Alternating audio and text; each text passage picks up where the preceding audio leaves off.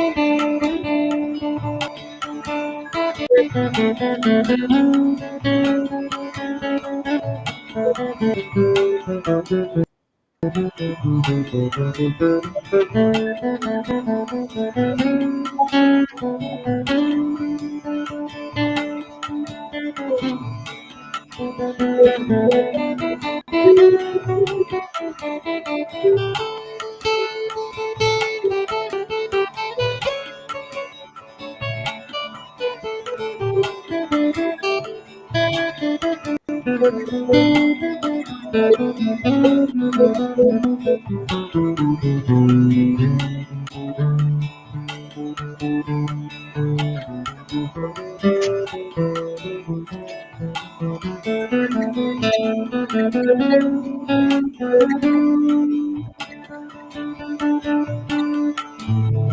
are not live, are we, Ajay bhai?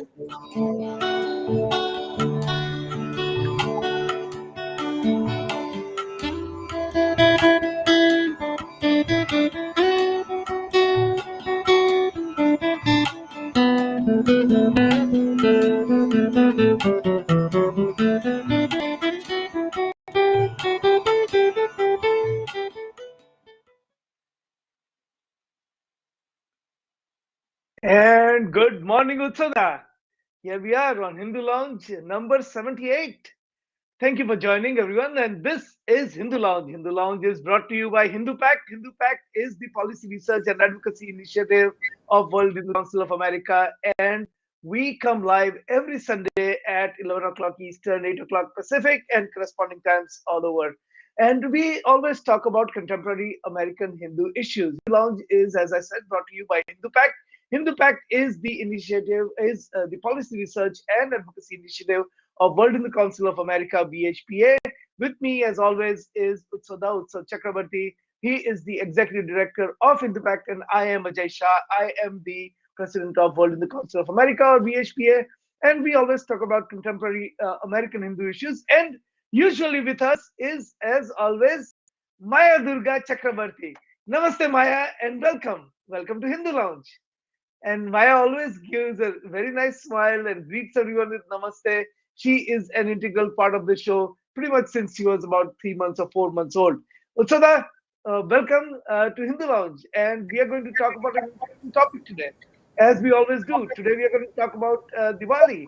And by the way, we wished everyone happy Diwali last week, and this time I want to say happy Diwali, and for all those who celebrated the New Year, happy New Year. That is based on Vikram Samans. So welcome everyone, and we are looking forward to an exciting show. And to you, Sada. Thank you and namaste, Ajay bhai. We are here for our 78th show today, and as you said, we are going to talk about Diwali, which we spoke about last week as well.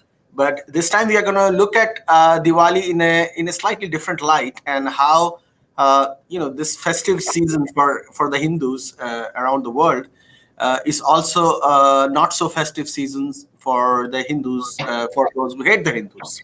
So we are going to discuss more about that.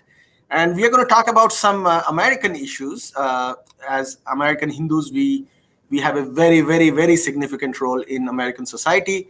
And we are going to talk about the latest state elections in Virginia and as well as in New Jersey.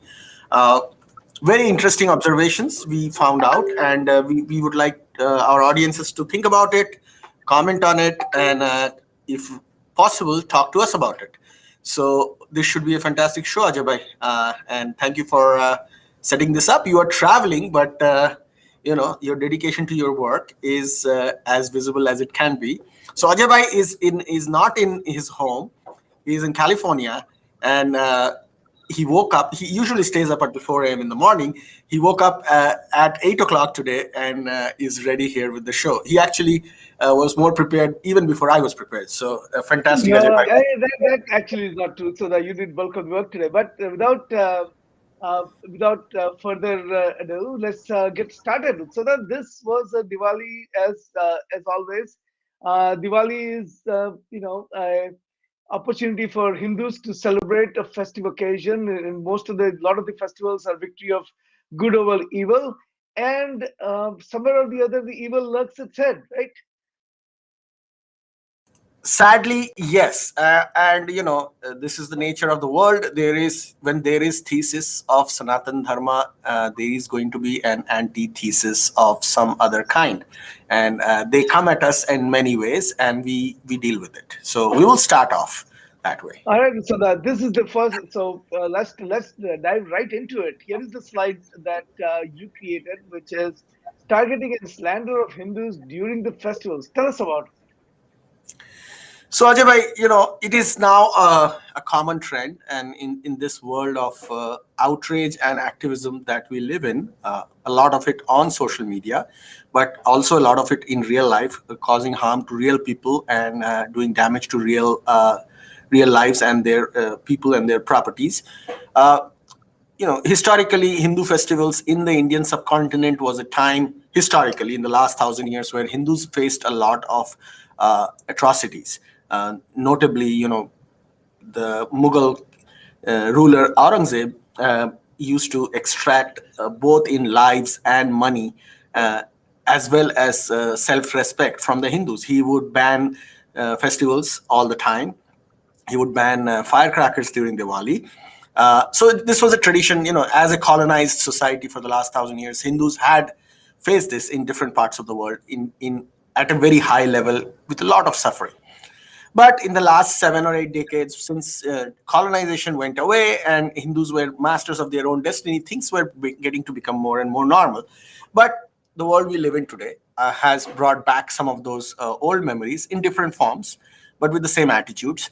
And this was a very interesting graphics I found on social media, which kind of very ironically, and it's a sarcasm on how the anti-Hindu forces operate. So, Ajay bhai, I lost that slide. If you go back to that slide, There we go. yeah. So you will see that whenever there is Mahashivratri, you will see a social media campaign targeting people not to use milk, holy water, uh, and you go on and on and on. And it has become now institutionalized in the Indian subcontinent. Most other parts of the world, it hasn't been institutionalized, but it will be, because if it starts in India, where most of the Hindus live, it's going to reach other parts of the world as well.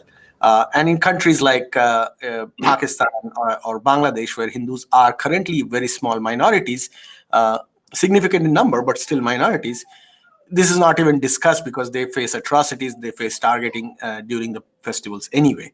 So nobody even talks about So, that. so, So, so the, let me ask you this question, and we usually we discuss a lot of these issues beforehand, but there's a certain amount of spontaneity into discussing this live, right?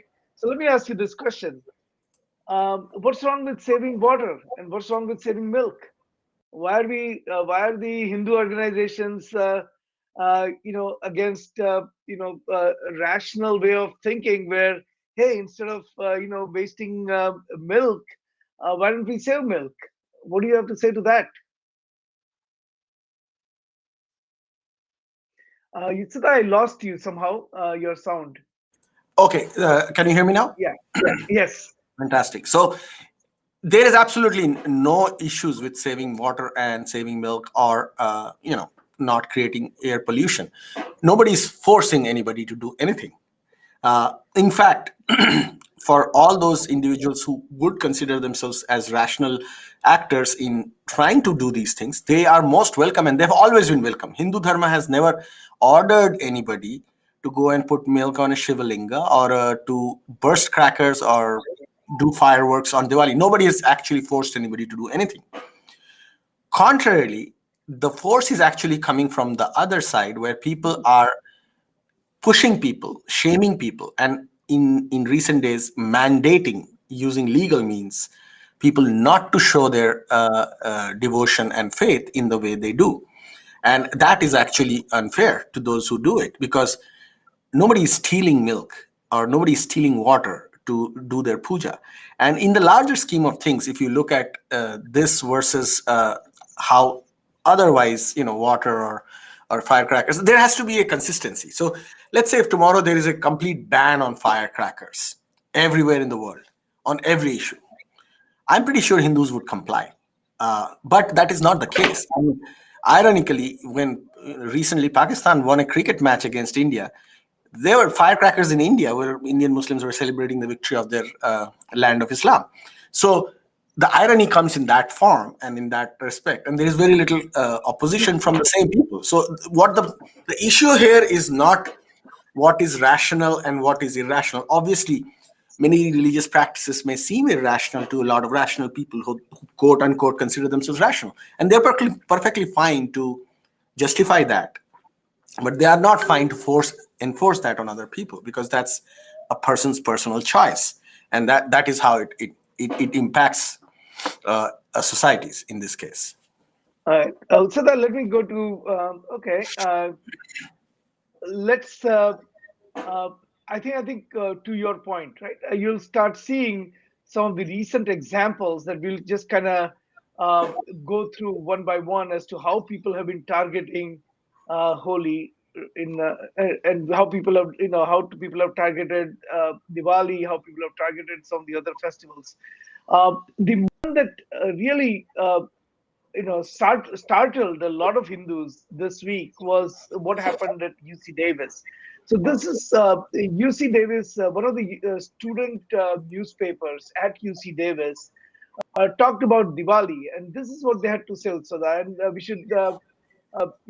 should point out that this is the hatred. This is the amount of hatred that people have towards Hindus. So this is an Instagram post from the other collective, and it says, "What is Diwali? Being celebrated on November 1st, this year, Diwali is a festival celebrated by Savarna Hindus, rather. Savarna Hindus. They decorate their homes, eat sweets, burst firecrackers, and pray to Brahminical or casteist gods and goddesses." This is a dog whistle. Not even a dog whistle, this is blatant. Naturally, these are extremely violent for Muslims, Dalits, Bahujan, and Adivasi communities. So the Diwali is a festival of good over evil. Diwali is celebrated in by just about every sampradaya in Bharat. The it's the Vaishnavites, the Shaivites, Jains, Sikhs, Bauds, everyone in Bharat, in India, all Hindu sampradayas outside of India, whether it is in Thailand, it's Indonesia, it's Malaysia, it's in every single country where there was a Hindu influence. If there is one common festival that is celebrated at the same time, it is Diwali. It has multiple significances. We talked about some of them last time. It is the day Sri Ram came back to Ayodhya after defeating Ravan. It is also the day Mahavir Swami attained moksha. And so these are the and then, there's a significance for that in just about every sampradaya. And to make this into a casteist festival and Brahmanical festival and a festival against someone, how much sense does that make? There No, was so when Diwali started. So I want to point out one thing for people who call it casteist festival. How many people realize that the in Ramayana, the conflict of Ramayana, if you were to look at it from the purely from the caste perspective, Ravan was the king who was defeated by Sri Ram was considered to be Brahmin. He composed Shiva Sukta, and Sri Ram was considered to be and Kshatriya. he's also described by Valmiki in Valmiki Ramayana as being a very A light very skinned individual. light skinned. Yes, I He was just going to he say has that loved to, Sri Ram was a dark skinned. As with Krishna, Sri Ram also was dark skinned, and since these Ravan guys was love to put described as everything in someone with a perspective. whiter skin. So, what kind of uh, you know, who obviously so that they are targeting second generation Hindus, and they are targeting The non-Hindus question is, who are becoming uh, you know, uh, increasingly they are starting to appreciate Hindu Dharma, and they are targeting them. Your thoughts? correct. So the point here is, who is it who is writing these things and who these people are? That is what needs to be exposed. So if you look into other collective, who is actually talking about this as a Savarna Hindu festival, which is against Muslims, Dalits, and Adivasi communities. This entire narrative. If you go to the next slide, you will see who the other collective is actually, and why they are talking about it. So the other collective is an organization of South Asian Muslims, okay, in universities, and their partner organization, lo behold, is Stand with Kashmir, the front end of Hizbul Mujahideen. So essentially, you have a bunch of radical Islamists sitting in American universities pretending to be a leftist entity, so in universities, on one hand supporting Stand with Kashmir, the front end of Hizbul Mujahideen in America, and on the other hand pretending to be this woke left group that is commenting on the caste divisions of India and how Hindu deities and Hindu festivals are oppressive. It's all run by Islamists. And if that is not enough, so imagine this. It's like you hate Hindus to a point where you want to destroy them. Historically, your forefathers have done that, and now you pretend to be Hindu and are almost emerging into the Hindu narrative, Hindu debate and discourse as critiques of Hindu dharma from within Hindus. If this is not exposed, I don't think there is any better way for us to highlight the open, hate-filled, divisive agenda that we Hindus face. So, so this other collective is essentially a Islamist group, and they're commenting as if they're being internally critical of Hindu dharma. And there are hundreds and thousands of Hindus out there who are lapping this up and promoting this as if this is coming from a fellow Hindu. So this So, is, excuse me, what is the stand of Hindus for human rights on this? I'm pretty sure Hindus for Is this human rights would be. Hindu phobia? I'm Because pretty we sure Hindus celebrated for the human rights Dharma are on the last same week. page. See, Hindus for Yeah, human we rights are celebrated also Dharma the same. last week, right? You, So, you are they with us or are they not? Have they left home or they're still home? So the Hindus for human rights are pretty much an extension of the same strategy and the same tactics. So that was before last week. I'm asking you, what is the stand today? Because last week they had a big Gharwa Apsi. Remember, they celebrated the Hindu Heritage Month. We welcomed them to our fold. I'm just Ajay bhai, asking you, Sada, are they with us or are they you not with us? celebrated their Ghar Wapsi. They didn't celebrate any Ghar Wapsi. You thought We they. celebrated it. Sada, on this very show, we celebrated their Gharwa Apsi. I didn't. You did, Ajay bhai. Okay, that's because you sometimes are a party pooper. So that I don't know. We all celebrated. We distributed sweets. We welcomed them back to the Hindu fold. We did all that. And now you already forgot. Even they probably forgot. You forgot. I'm the only one who remembers this. Oh. Ajay bhai, I like not to charge at windmills when I can. Well, so that come on. I mean, if someone is coming home for Diwali, you don't turn them away. Okay. So my only question is: are they still home or have they left home? That's all I was asking. They were never home, Ajay bhai. They were always targeting Hindus. I don't know. They So follow the I same think we tactics. missed the last show. I'll have to replay the show for you after this show is over. I. All right. So maybe Gharwapsi euphoria is over. I guess. Let's move on Ajay to the bhai, let's next not segment. take away the What do we have seriousness next? of this issue. Ajay bhai, let's not take away the seriousness of this issue with frivolous conversations about this. This particular group, the other collective, is essentially the same tactic that Hindus for Human Rights is. Basically, a front end of a Islamist effort, which pretends to be, this woke, progressive Hindu entity that is being critical of Hindus and Hindu practices and Hindu religion from within. So it is, but essentially they are an extension in for all works or purposes of the Islamist entities that are operating within US. And throughout this show, I will show you other instances of the same happening. When we get to the Hindu hater of the week, I will also highlight something that is So that the fits into real this problem, entire. the real problem is that these are the people who get their legitimacy from groups that have Hindus or Hindu names, and that is the real issue.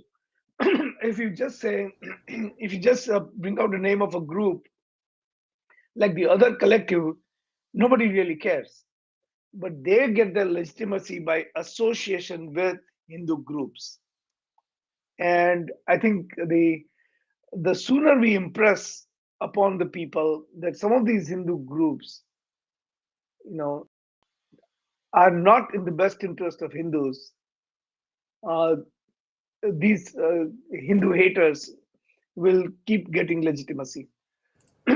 So then let's Not go to just the next slide, which you talk about. What about this one? Tell us about uh, so dreams this is lead a good to example. discipleship.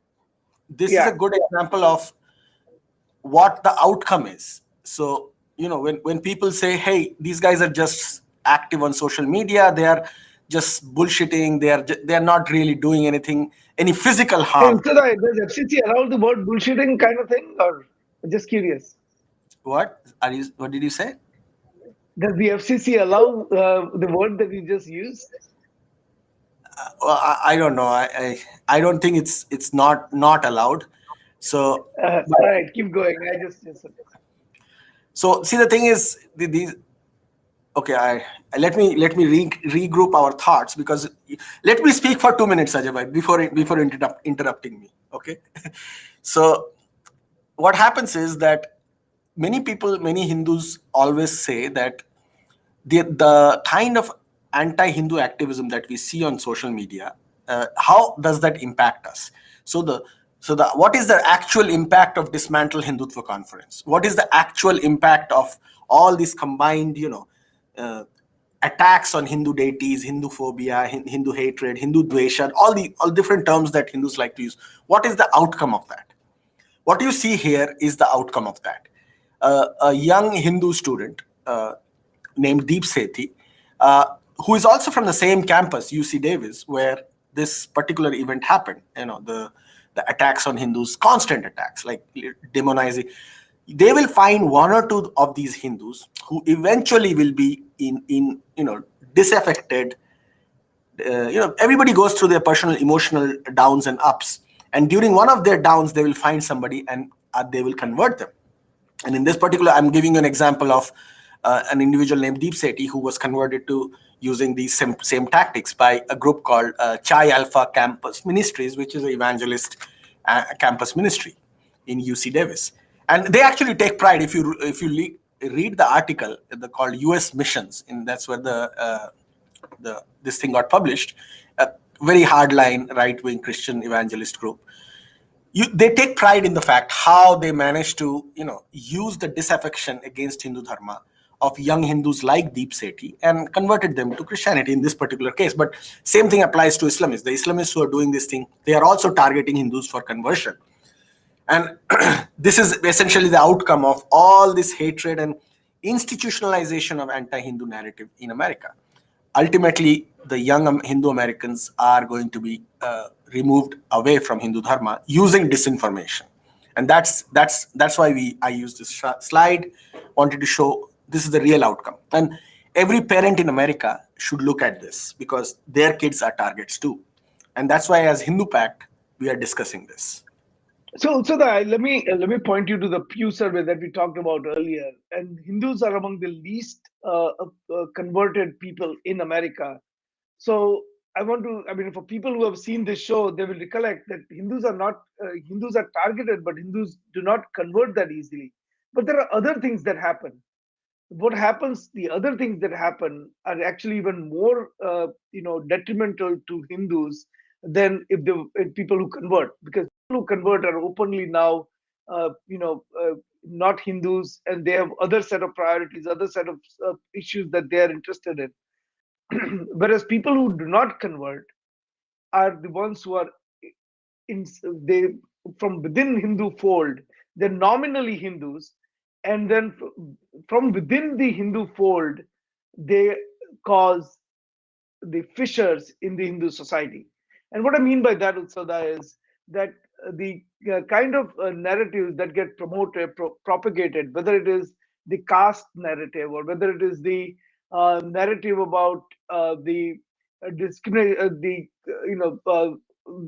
all the the history of Hindus, the colonialization of Hindus. the anti-Hindu stand is now taken by people who are brainwashed by this people who have left, who have, in of all practical purposes, left the Hindu fold, but are still nominally Hindus. And unlike this kid, they're not wearing a cross, but they're still Hindus and they're causing harm to Hindu society. And that brings about harm to our Punya Bhumi, which is Bharat as well.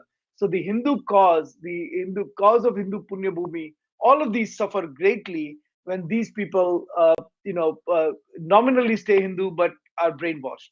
And if you look at the Santa Clara County caste hearings, or if you look at all the some of the other events that took place last year, the attack on Swaminarayan Mandir, all of these were engineered by people who have Hindu names, who are nominally Hindus, and who do nothing but work 24/7 on anti-Hindu causes.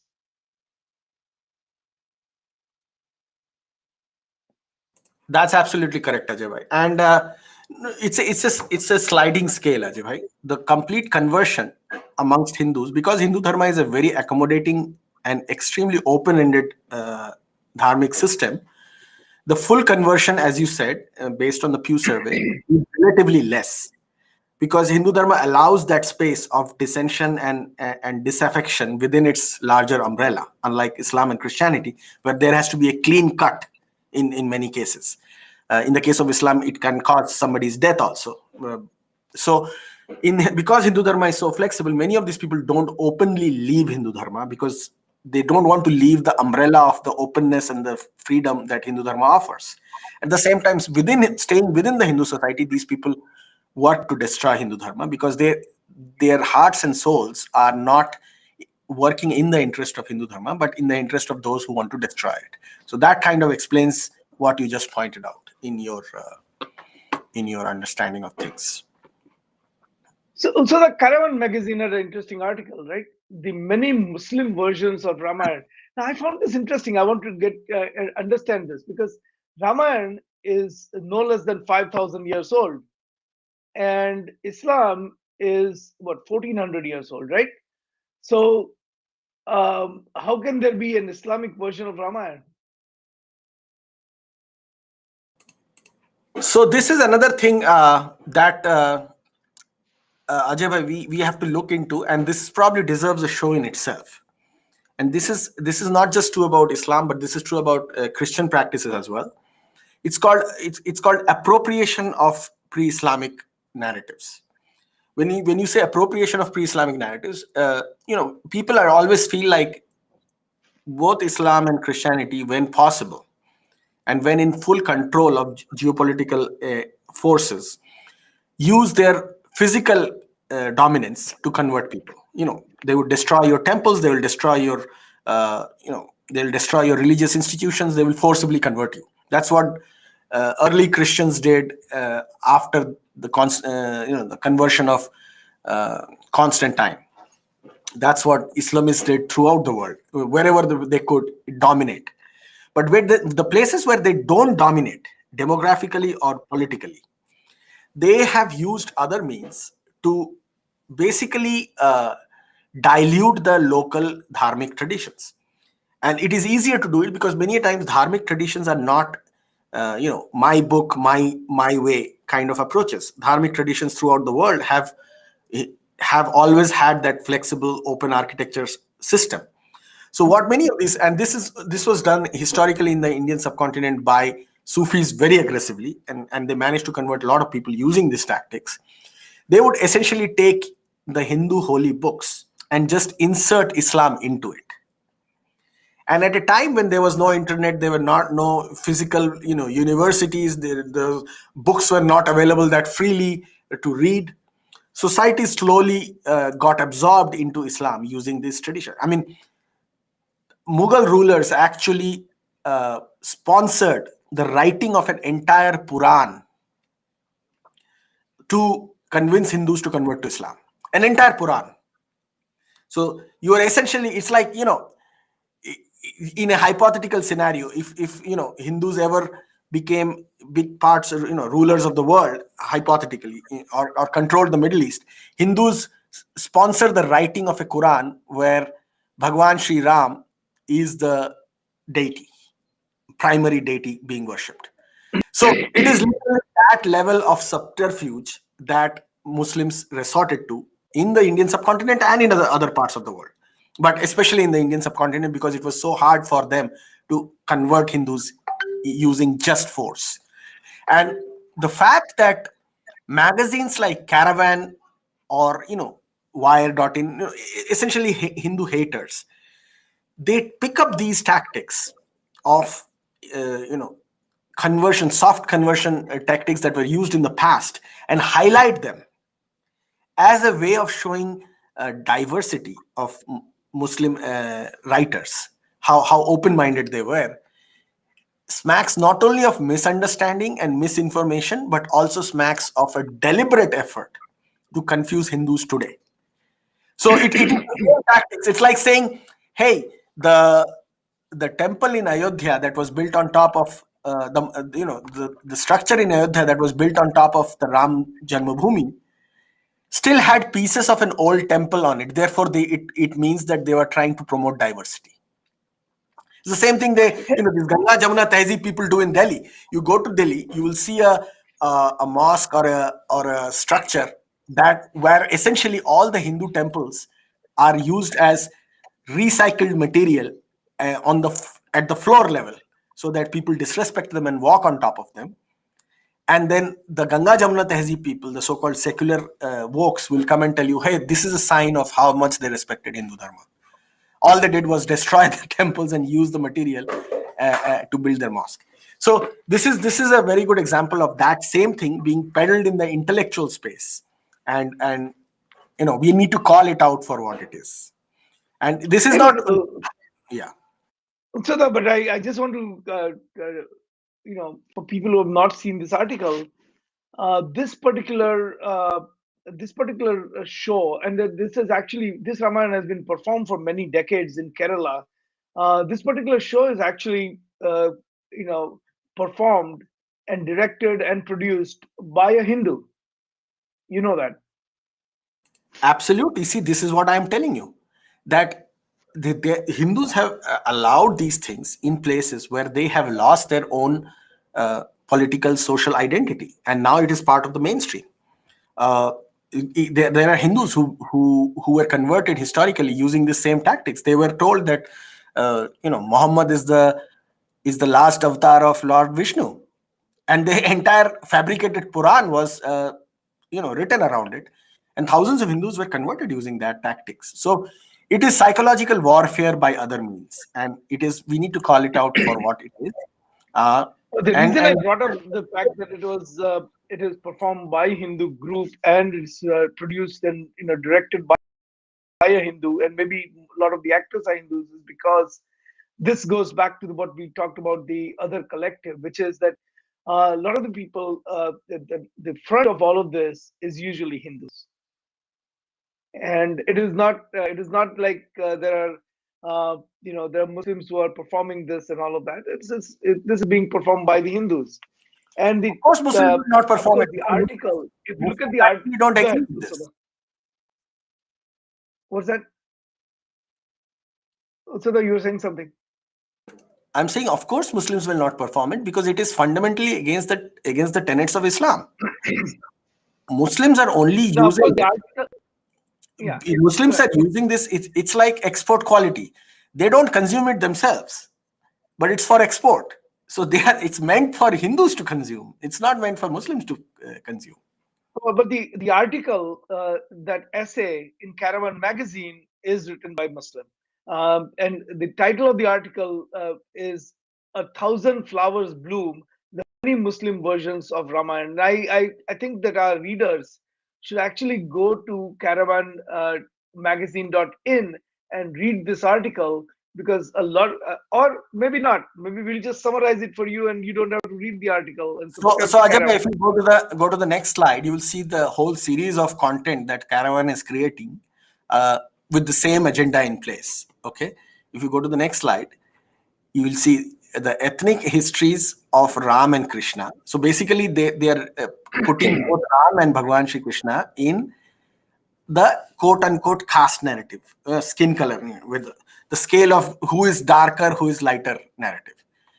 Ravan was a Gond king, again pitting Hindus against Hindus, and then the demonization of Kaikeyi and Surpanakha. So basically, this one is about toxic masculinity versus. So if you want to see the entire agenda of Caravan in one slide, other than the essay we just discussed previously, this basically sums it up, where it is about dis quote unquote dismantle Hinduness, and by inserting this all this flashpoints and conflict points within the system. So rightmost woke feminism, center casteism, and left colorism. So that sums up the narrative of Caravan for this month. And all these articles are from this month, Utsada? Yes, that's correct. So So, basically, and Caravan, Utsada, remind me again, who funds Caravan? Ajay bhai, you have told me not to discuss funders in this show because All we right, may face, let's not talk about it. yeah. There is ample evidence. There is ample evidence that Caravan uh, gets at least some amount of money from people who are not pro-Hindu. We'll just leave it at that and let people do their own self-research. How about that? Yeah, because Ajay bhai has strictly instructed me not to expose people on and their funders, because we are we may face official legal targeting, that may cause more trouble. But I often name people who, with, of course, with enough evidence to show that, who do these kinds of funding. Yeah. I'm glad you reminded me of my own thing because I had forgotten. Thank you, Sudha. Hey, moving on. So that this is, the Hindu, the holy. I'm sorry, I keep saying holy, because it started with holy against Hindutva, but Hindu festivals are under attack in the commercial sense as well, right? So it's not just that there's ideological uh, appropriation, cultural appropriation, ideological appropriation of a festival like Diwali. There are other forms of attack on Diwali as well, and so that some of these happened in India, but there are global implications. And I want to bring about some commercial uh, representation of Holi and how demeaning it was to Hindus. And we talked about one of them last week a little bit, and I just want to give you a few more examples. So this is the one we talked about last time with a company called Fab India, not a small company by any means. They want to go public. Their market cap is well over $2 billion, which is a lot of money for a company based in India. They called Diwali Jaish a Rivaz, a tradition, a celebration of tradition. And look not how not Jesh, beautifully they tried to it's avoid the Jashn word Rivaz. Diwali or Hindu. Ajay bhai, it's Jashn Oh, sorry, Rivaz, not Jash. Jashan. I'm sorry, Jashan. I'm sorry, Jash, Jashan. Jash, Jashan. Jash means completely different. You don't want these Yeah, people I to. know. I apologize. SHAN. We'll in the people who are going to view it recorded. We'll fix this. Jashan e Rivaz. Jashan e Rivaz. So that point I was trying to make is look at how cleverly they have avoided the use of the word Diwali or Hindu or any smacking of spirituality out of this festival. As we welcome the festival of love and light, the allergy to word Diwali here, as you can see, Jashan Rivaz by Fab India is a collection that beautifully pays homage to Indian culture. Okay, and then also they put this and then obviously we talked about it, other people talked about it, there was a Twitter war, a Twitter attack on Fab India, and then they come back and say Jashan e Rivaz was not our Diwali collection, and our current capsule of products under the name Jashan e Rivaz is celebration of Indian tradition. Fab India clarified, but not Diwali tradition. And so any thoughts before I go to the next example? Well, the thing is that these things are happening every day in India, and there is I mean, we discuss it because it impacts American Hindus as well. It impacts people from all parts of the Indian subcontinent in America. It feeds into the narratives that target Hindus in America. Um but there is only so much we can discuss. This this is happening in India, and it is not something that is going to go away. But at the same time, the way in which the Hindu society responded and very politely used their economic means to remind these people where they live, it plays a big role in containing these kinds of attacks. So the next example is Tanishq. You know Tanishq, right? Tanishq is the same, same company. It's a Tata brand, actually, no less. It's the same company that last year did an advertisement depicting a a couple which was a Hindu Muslim interfaith couple. And again, we have nothing against interfaith couples or any of that, but what they were trying to portray in that advertisement was how accepting of a you know a how accepting of a Diwali this one particular Muslim family was, when actually the subtle message was that the uh, the woman was actually converted, and she was uh, and all the other social implications that kind of go with it.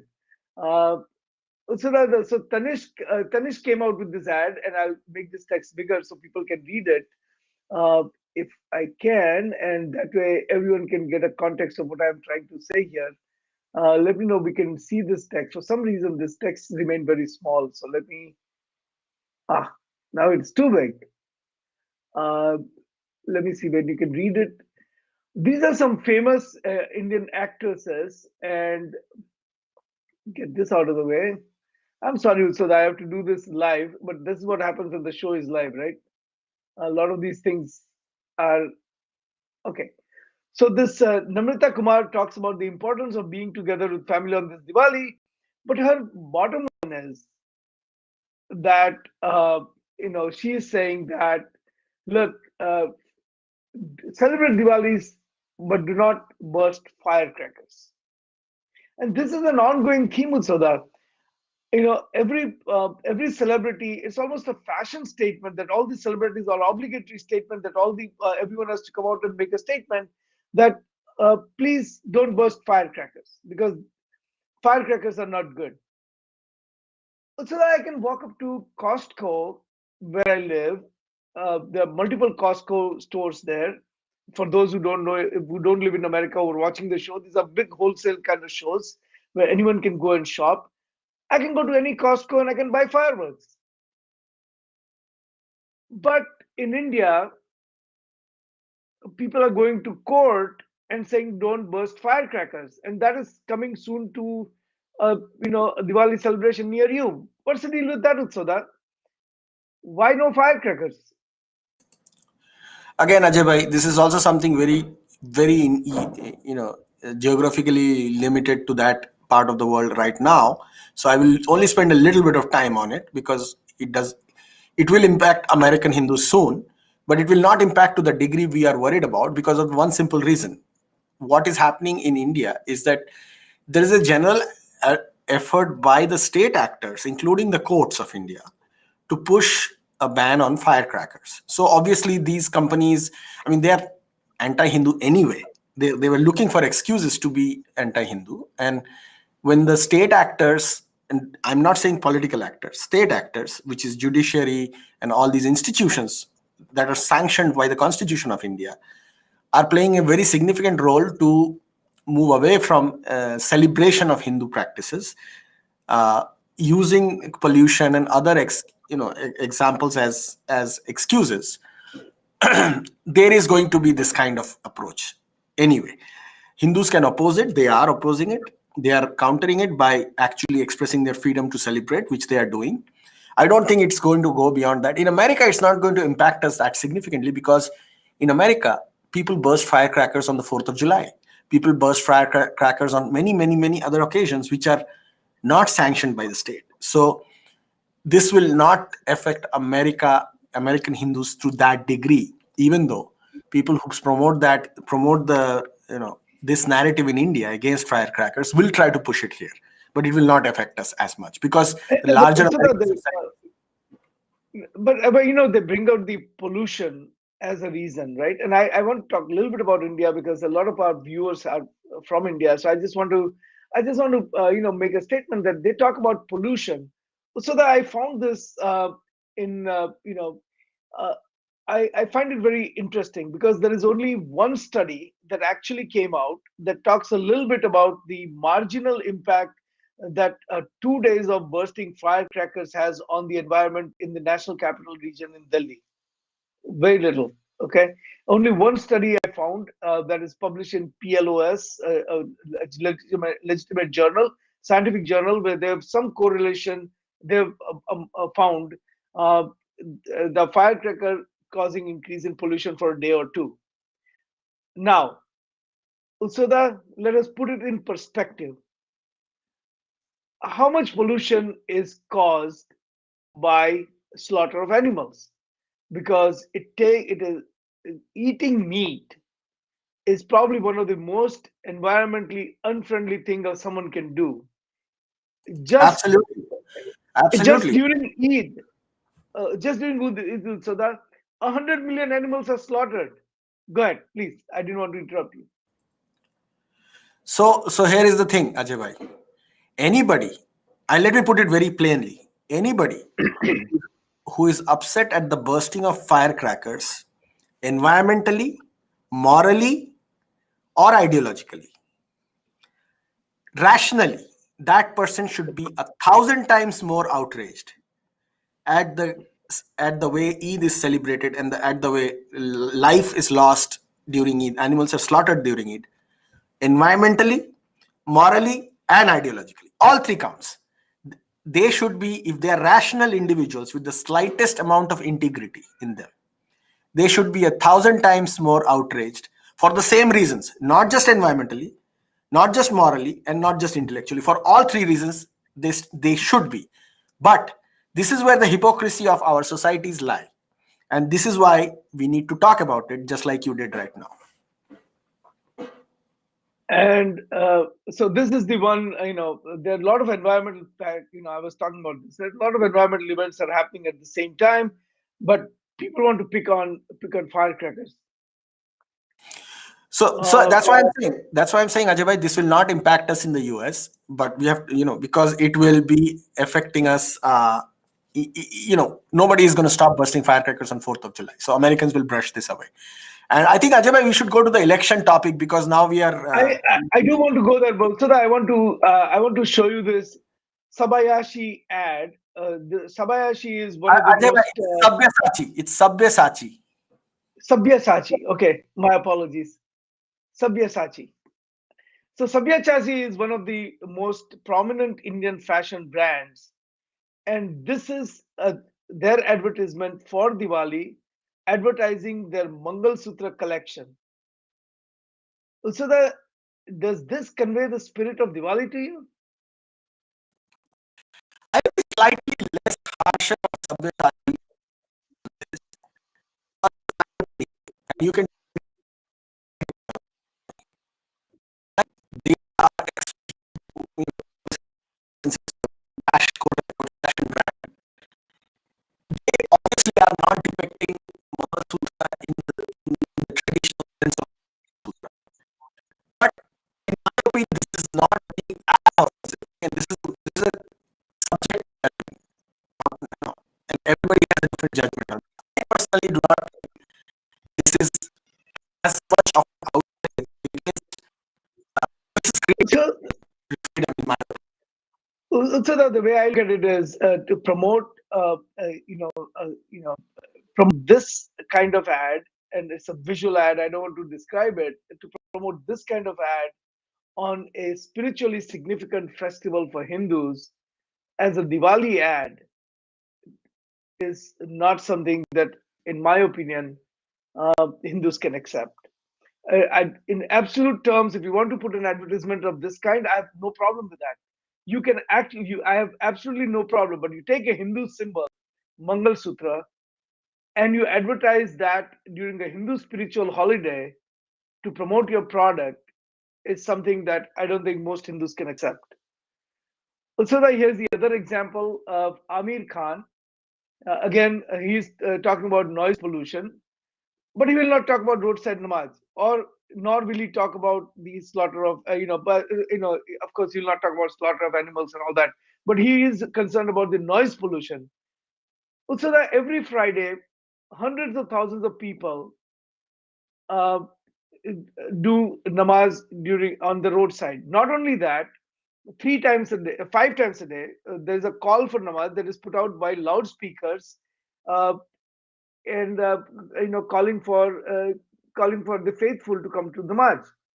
And now in a couple of places in US, including a town in New Jersey, the loudspeaker call to play prayer has got city approval. So that why, if this is an ad by a tire company called Seat, but why, why would you promote, one kind of, advocacy, and not, give Hindus an equal treatment?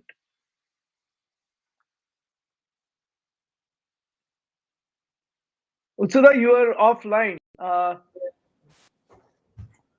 Yeah, I was No, moved to the backstage, so I could not comment on somebody it. said offline. Can you please repeat So I can hear you now. And it? Yeah. Ajay bhai, again, as I said, I mean, we can continue to show on million other examples from India and discuss this all throughout the show. But this is an issue that concerns people in India. Hindus are a majority there.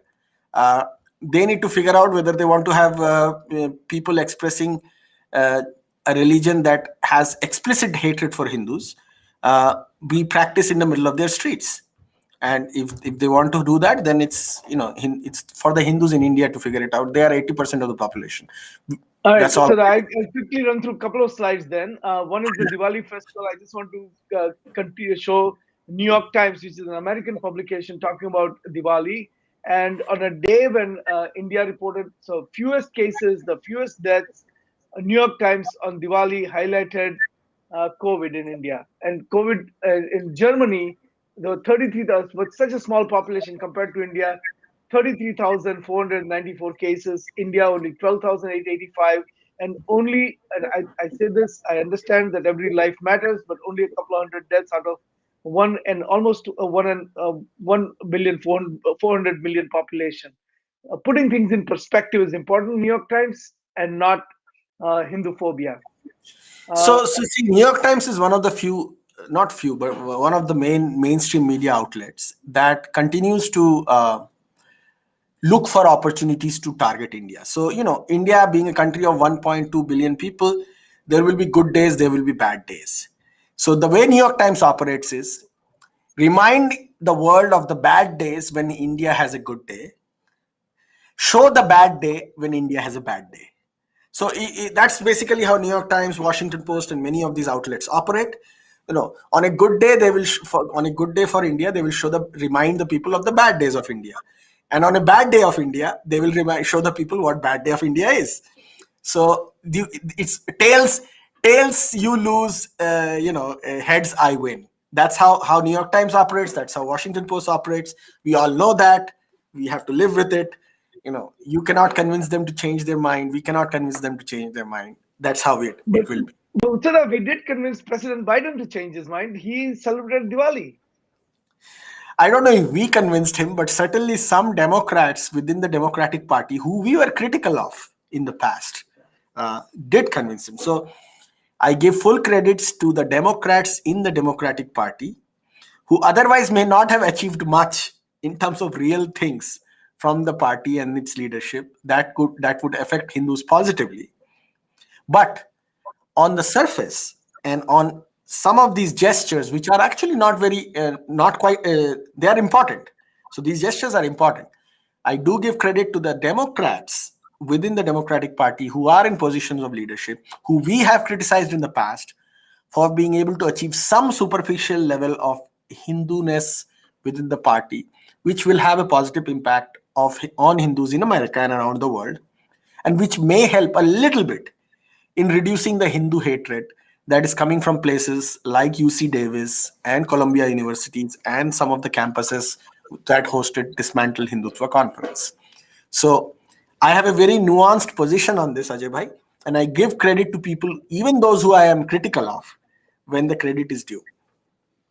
And Rutsara, I'm sure you're very happy to see Vice President Kamala Harris put out a 1 minute long video, and she wished everyone happy Diwali, to everyone celebrating Festival of Lights here in the United States and around the world.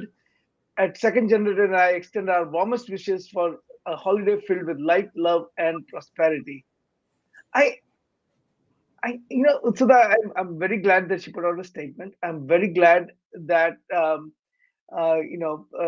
Harris at times now expresses her uh, Indianness and Hinduness once in a while, and we expect we you know I look. I mean, we have a lot of expectations and a lot of hopes from a person whose parents were Hindus, right?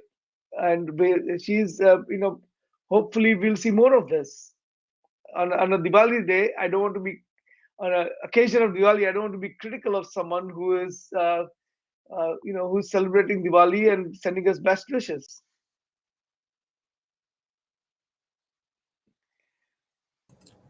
But Hello. Utsura, yeah, I can hear you. Please go ahead. No, no, no. Please carry on. I don't have So, much to Utsura, say. but this brings us to another reason. Why are the politicians in America uh, all of a sudden, over the last 3, 4, 5 years, why are they discovering Hindus? I have lived in America for a very, very long time, for decades, and I have not seen uh, politicians go out of their way as they are doing today to recognize Hindus and Hindu festivals. Now, granted that this is the same Biden and Harris campaign that did not put out this web page, simple web page for Hindus on their campaign website, but they're turning around. But there has to be a subtle reason for that, right, Utsada? And maybe that reason is a recent election that No, happened no, no, no. just last week. So, And sort of, what was the recent election? The mid, in some ways, it was a midterm election um, for Congress. So, what happened in the elections? so I wanted to share my screen, Ajay bhai, if you give, yeah, I have the permission. Please So, go ahead. so Yeah, I I just have shared shared my my screen. screen. You have to Yeah, approve it, and when there we go.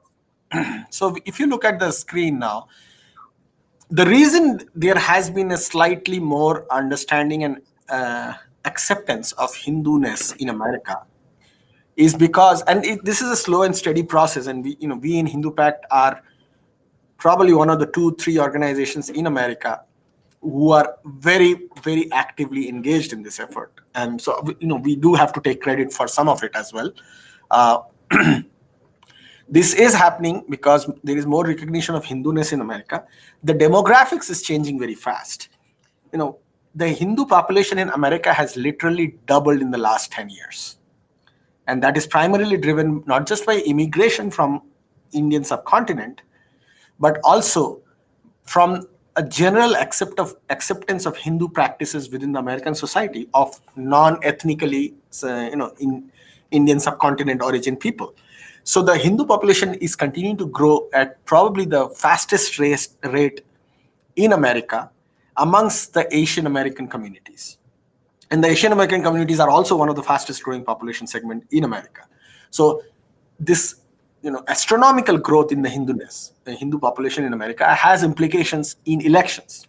And we just saw that in 2 major elections, state elections, that, as Ajay Bhai noted, are precursors to the midterm elections for the US Congress. And it's a bellwether election where the Democrats were wiped out. I say wiped out very carefully because quote unquote, the wipeout not only happened in Virginia, which usually in the last 4 elections has voted pro-Democrat because of the changing demographics, but also in a deep Democrat state like New Jersey, where they almost Democrats almost lost the election by a few, you know, they won by a few thousand votes, literally a few thousands. So, and it's contended still. So it's being contended by the Republicans. It will. So, And in so both the states, the deciding vote is the Hindu vote, right? So I won't put it as black and white as that, because there are a million other factors that add up to this. Any party winning an election, I would never be one of those things like, oh, one just one group decides it. That's what wokes do, and that's how they play their politics. But I would have to say that amongst the Asian Americans, the Hindu American voter in both Virginia and New Jersey played a very, very significant role in the deciding of the election. And I will show you the next slide. Hold on. Because this is not something that Indian American media is talking about. This is something that PBS is talking about. So this article came in PBS, where and they're talking about it in Asian American terms. But as I noted before, within the Asian American communities, the Hindu American community is the largest and the fastest growing population segment. So it is, when PBS is talking about Asian Americans, it's largely talking about Hindu Americans as well. And PBS is a very left of center media outlet, just for people who are outside America, who don't know about it. Even they are admitting that this is a very significant voting percentage. And in counties like Loudoun County in Virginia, there are three major counties in Virginia: Arlington County, Loudoun County, and Fairfax County, which have literally carried the Democratic Party through in all the elections where they have won. The rest of Virginia always votes Republican. But in these counties, which is very diverse, has a large Hindu American population, very urban, right next to Washington, D.C., which is very close to where I live, it is the Hindu Americans who played a very significant role in reducing the margins of the Democrats. They still won these three counties, but the vote percentage went so down that in the rest of the state, the Republicans just swept away the Democrats. And the reason why this happened, and I'm going to go to the next slide for that, are twofold.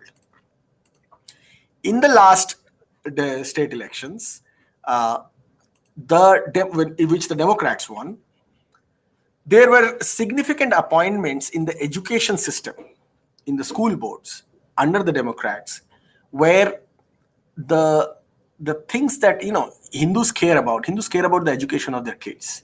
Hindus care about they're less this less scared about Hindu phobia than about how their kids get educated. And Hindus took a real offense to the way in which the entire society and the education system in especially in Virginia was moving towards, there was a lot of appointments of Islamists in educational boards. They were very anti-Hindu. They were promoting, to some extent, even anti-mainstream American narratives.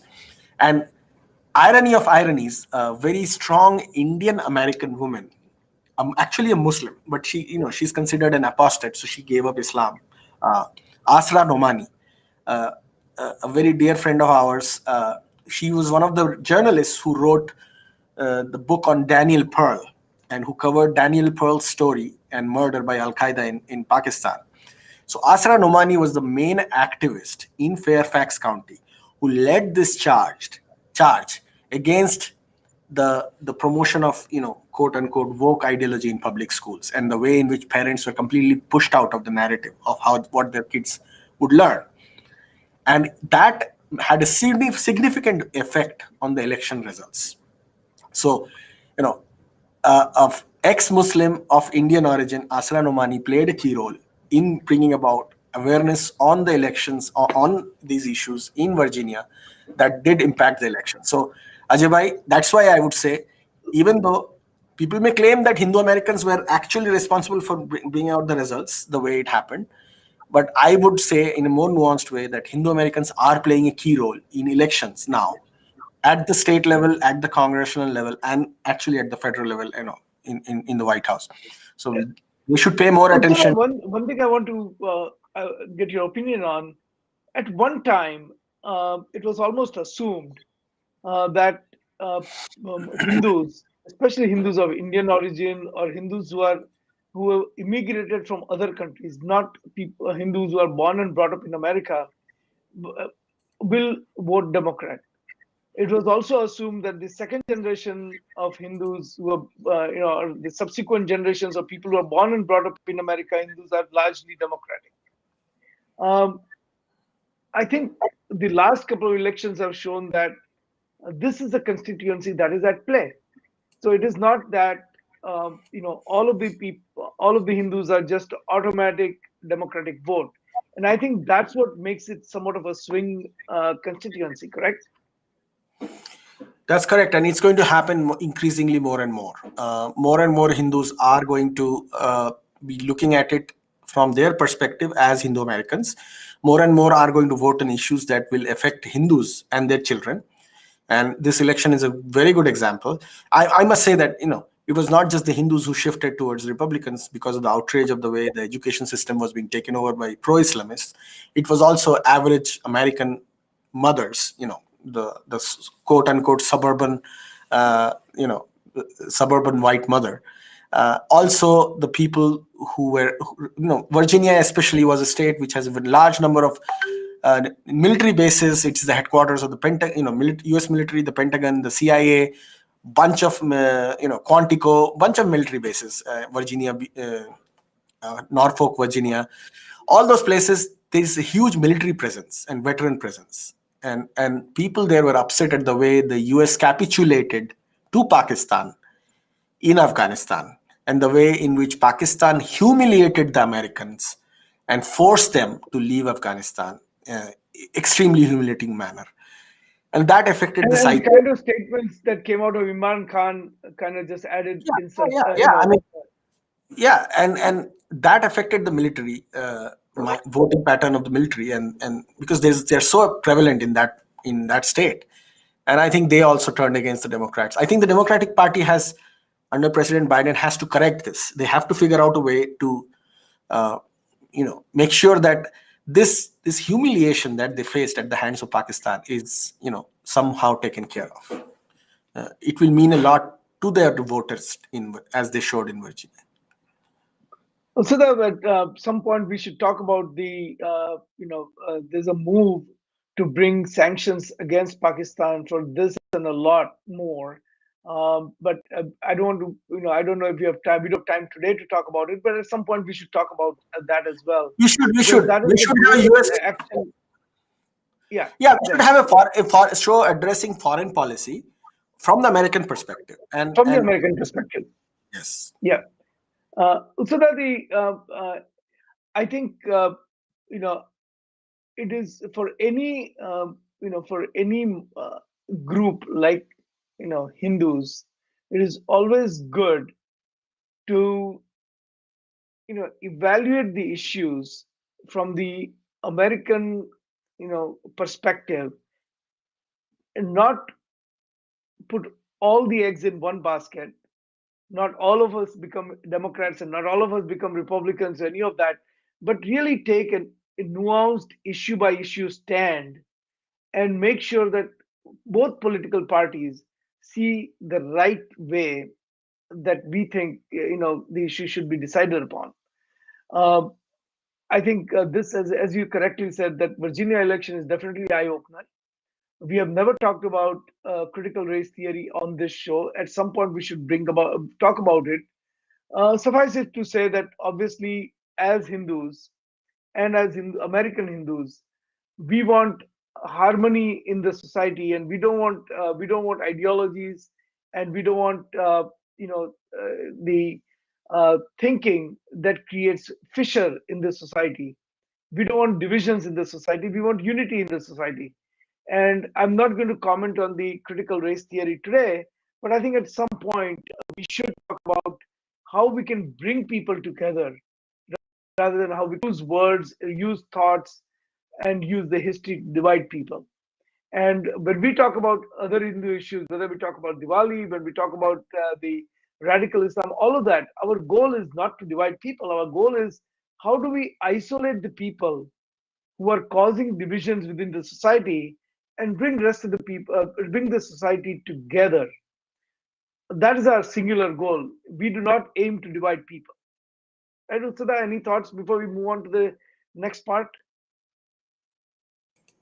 No, I agree with you. The, our goal is to share the distinction between calling out haters and people who cause destruction within our societies to those who are, and contrasting them to those who are calling them out. So they are not the same, and that is our goal, and that's what we are trying to do. And it has to be thought through objectively, and it has to be done every time they are being called out, because each case is different and each conversation is different. So Absolutely.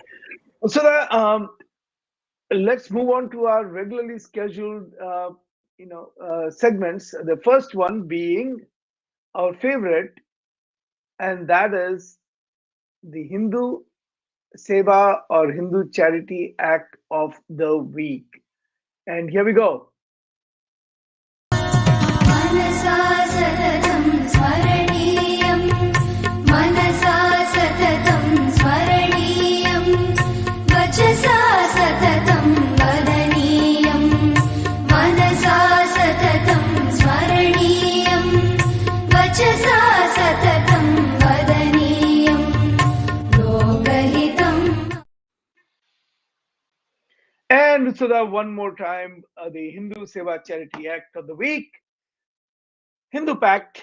Hindu Pact, because these are the days of Diwali. Diwali is the time for giving, and we are establishing a legitimate Hindu advocacy effort in Washington D.C. And at grassroots. You have seen the kind of work that we have done in Ohio, kind of work we have done in Texas, kind of work we are doing in California, kind of work we are doing in New Jersey and around the country. And Utsada, I I urge people on this day to make a contribution to Hindu Pact so that we can continue this very important Hindu advocacy effort. And with that, Utsara, I, if nothing, if you don't want to add anything to this, I would like to go to the next regularly scheduled segment.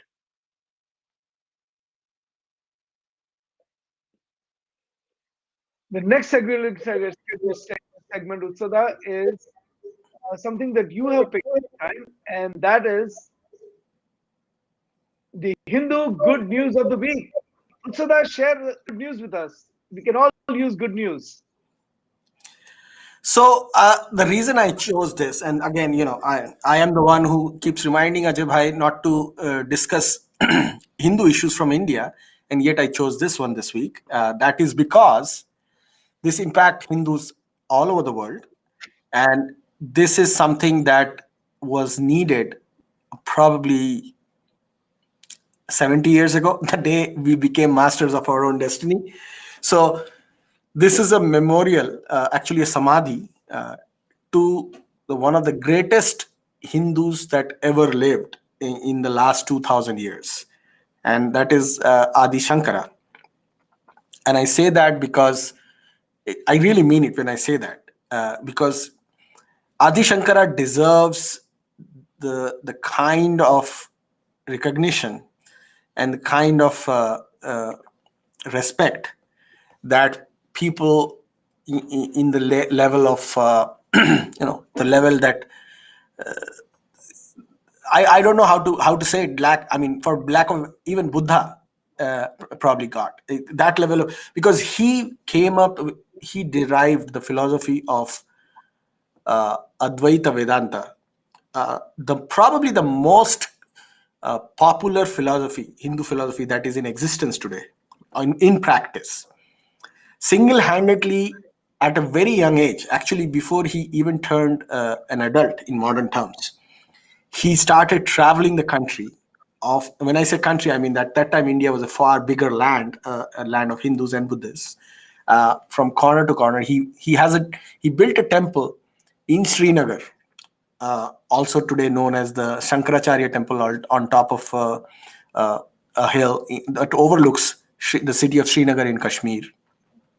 This is happening more than a millennia ago, more than 1600 years ago. So he walked from the southernmost tip of the Indian subcontinent across to the northernmost part of what is India today, which is Jammu and Kashmir, walked from that south to north, walked all the way to the western coast on the Arabian Sea, walked all the way to the Jagannath Puri in the east, set up 10 akharas of sadhus throughout the country. Uh, and they actually, today, if you go to Kumbh Mela, those akharas still exist. They're called Dashnami akharas, creating a sect of multiple sects of warrior sadhus. So, many a times analysts always wonder, why is it that Hindu Dharma is called Sanatan Dharma and managed to weather colonization for 1,000 years, weather, loss of half of its land mass and half of its population to, violent systems like religions like Islam and Christianity, and still manages to be the third largest religion in the world. If I were to narrow down the credit to one individual, I'm not saying that he's the only one responsible, but if I were to squeeze all the credits down and find the one who I could credit the most for this miracle of Sanatan Dharma that exists today, there are many people responsible for this, thousands I should say. But if there was one person who would be at the top of that list, it would be Adi Shankara. So to build a samadhi to Adi Shankara in Kedarnath mountains amongst the Himalayas, and to have it inaugurated by the Prime Minister of India, Prime Minister Narendra Modi, in this day and age, I think that is the Hindu good news of the week by any means. It would be the Hindu good news of the month and probably the year as well. Absolutely.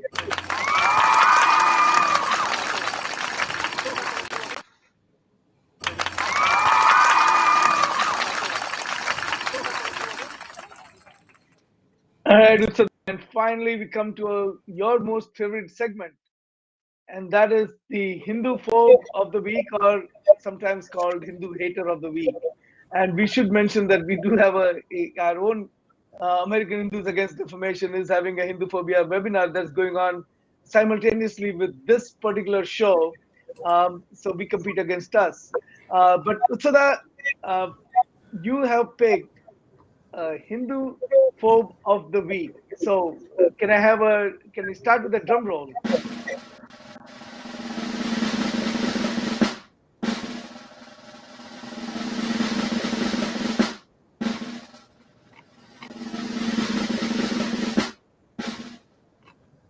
This stuff. All right, so let's go to the Hindu phobe of the week. Well, Ajay bhai, if you go to the next slide. Tell us about Audrey Trusky. So I don't want to talk much about Audrey Trusky. Probably everybody who's listening to this show already knows about her. She's a professor in New Jersey. At Rutgers University? Tightropes, at Rutgers University, walks a tightrope between pretending to be an academic and actually being a demagogue who hates Hindus and participates in events that is openly about hating Hindus and India, both. So it's important for, even the secular Hindu and the so-called, India lover, but not Hindu lover to understand this. She participates in rallies on behalf of the Khalistanis.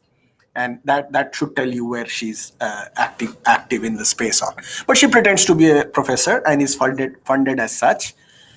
The reason I chose her this week as the Hindu hater of the week is because she hit two birds today, this week with one stone. And that is, she targeted Hindus for being Nazis.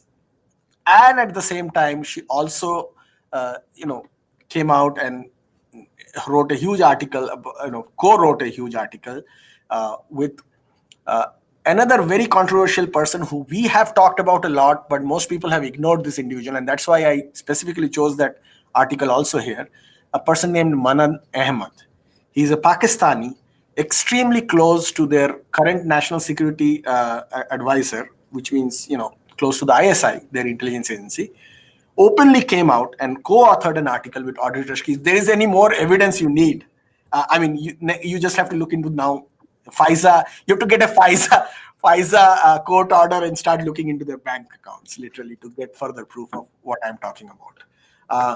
But so this article that she co-authored with Manan Ahmed, the Pakistani uh, professor, who's very close to their leadership, they basically talk about how organizations like ourselves, who they term as Hindu nationalists, we are not actually, uh, but how Hindutva people are countering scholars like Audrey Treshke who peddle agendas using the cover of universities. And they basically wrote against it, called us right wing, called us Hindu nationalist, the usual dog whistles. Doesn't affect us because we talk on facts. But because of both this double attack, where she calls Hindus as Nazis, uses the swastika as an example of Nazism, long debunked narratives, she's the Hindu hater of the week. The re- Who is Rohit Chopra? Rohit Chopra is a Hindu who hates Hindus. Another example of what you were talking about. Uchida, isn't this goes to? I mean, isn't this the same thing that we were talking about at the beginning of the show? That in order to get legitimacy for an article like this, you have to have someone with a Hindu name, and that Hindu name in this case is Rohit Chopra, correct? That's correct, and it is almost like it's like written in the book now. Like it's the playbook that is repeated each and every time. There will be one Hindu sounding name who will give them legitimacy. Then there will be the one white person who is the one most likely getting the payment, and then there is going to be an Islamist or a Pakistani somewhere in the mix who is running the agenda. So these three components come together, and there you have the recipe of American hatred against Hindus, hatred against Hindus in American mainstream. And this person is a professor at a university, right? And so that gives some academic, quote unquote, academic legitimacy to what he's saying. Yeah, all these guys usually are in the field of academia because that's where this rot has set the most. In most other spaces where people are actually accountable to voters, the rot is not this deep because people have to answer to other people for what they're doing. But there is so much impunity within academia to run these kinds of agendas, and not just specific to Hindus. It's happening against other communities as well. That the Islamists have had the most control over academia using the systems that are in place in America about free speech. So they're using the system to target Hindus here. So all I can do is this.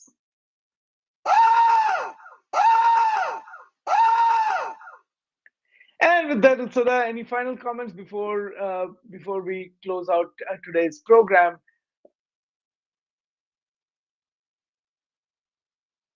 Ajay bhai, hold on 1 minute. We have a question from somebody named Suthamalli Ganga. I put that up here on the screen for you. Can one Hindu marry another Hindu? What is this bond from mouth, shoulder, thigh, and foot in Hinduism? So I'm pretty sure, Suthamalli ji, if you could actually read the scriptures, you will realize that when somebody says any comments on caste atrocities amongst Hindus. So we started the show by saying that we are for unity. We are not for we. We have already said that. Let me address this. But we also said that the right now the caste narrative is just used to malign Hindus, where it and it's a lot of it is artifacts of colonialism. Right? So that go ahead. So if you read Suthamalli ji, if you read the scriptures, and you will see that metaphor. The word metaphor means a lot amongst Hindus, and the entire universe is actually depicted through metaphors. The Sagar Manthan, all these things are metaphorical representations of universal events, which are actually scientifically verifiable. When the hand, mouth, all these things that you were talking about, very commonly used tactics by the Hindu haters, they don't mean that each of these body parts of the divine absolute are any less important than anything else. You move any body part away, the body stops functioning. So there is no hierarchy of body parts in this particular definition or metaphor of human creation. Okay. Uh, yes, Hindus marry other Hindus. For the last 7,000 years of recorded history, Hindus have done that. I'm pretty sure you would have also done that or not. I don't know much about you. So please, Sudha Malli ji, I think your question was extremely specious to begin with. You just need to look into your society around you and see that Hindus actually marry other Hindus and also non-Hindus. One of the most early recorded Hindus marrying non-Hindus is Chandragupta Maurya, uh, the contemporary of Chanakya, marrying the daughter of Seleucus and bringing her into the Hindu fold. So, uh, so I don't want to make this. Yeah, so Uchida, here this is a very good example of how somebody tries to use. I'm thank you, Sudhamalli ji, for coming to our forum. yeah. You really are not that well informed, so please do visit through our shows. We had a whole show on jati and caste, and please do comment and think about what that show talks about, and then come back to us and debate us. Put some questions in our forums, and we will be happy to answer those questions for you. So, And uh, Uchida, I want to and tell also that no, Ajay bhai, all one our more thing. positions are very clearly articulated on hindupact.org. We have a whole section on caste from the Hindu perspective. We have a whole section on various contemporary news items. We have a whole section on swastika. Please go and read and educate yourself. Yes, and not just that, Sudha Malli ji, you also should see. We have never claimed, no Hindu will ever claim that Hindu society is free of any discrimination or any non-equality. There is inequality in every society. There is discrimination amongst different categories of people on different factors: economic, social, physical, in every society, including ours. Uh, and every society should try to reduce those discriminations, as do we.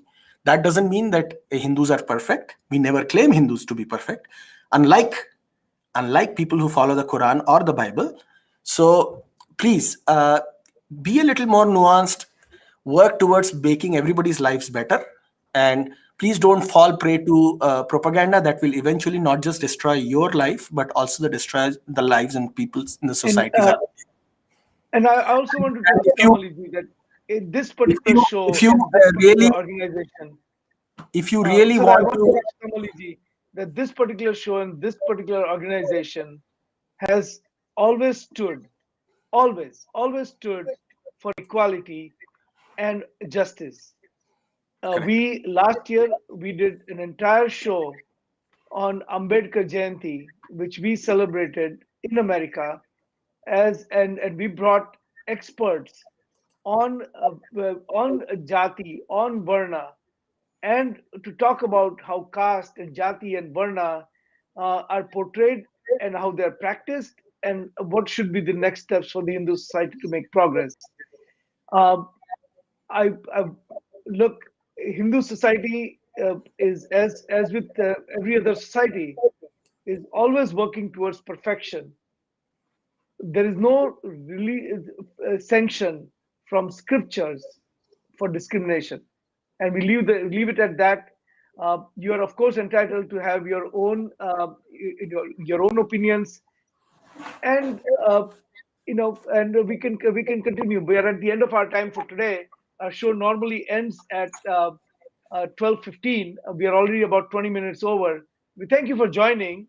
And once again, this is Hindu Lounge. Hindu Lounge is brought to you by Hindu Ajay Pact. bhai, I just wanted to Hindu point Pact. out before we close, this individual who was harassing, who was thinking that he's actually harassing Yes, us, I know. I is already part know of that. the church sponsored quote unquote Dalit Yeah, networks. So he's here, and it's actually a good thing that we are getting that much coverage. That the yeah, no, church I know. sponsored the Dalit active quote unquote Dalit What can I activists say, are Uchada? We are pretending, nice people. yeah, pretending to come to our show, and they are good. It's a good thing, All right. and I really Uchada, we welcome need this. to bring They this should to a send close more here. people. So thank you everyone for joining. This is Hindu Lounge. Hindu Lounge is brought to you by Hindu Pact. Hindu Pact is the policy research and Advocacy Initiative of World Hindu Council of America, or WHPA. We come live every Sunday at 11 o'clock Eastern, 8 o'clock Pacific, and we talk about contemporary American Hindu issues. We always close our show with a special music that is created just for this episode of Hindu Lounge by a group called Decibels. And Decibels has again created an amazing tune just for this show that we will be playing. So, once again, thank you everyone for joining. We'll meet you again at 8 o'clock Pacific, 11 o'clock Eastern to talk about the contemporary American Hindu issues. As always, I want to thank Utsada. Utsada is Utsav Chakrabarti. Utsada is the executive director of Hindu Pact, and I am Ajay Shah. I'm the president of World Hindu Council of America, or BHPA, and convener of Hindu Pact.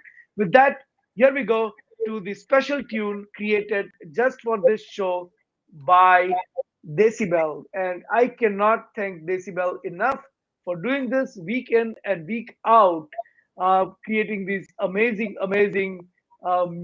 musical tunes for Hindu Pact. So thank you again, Decibels. And here we go with the final fade away tune.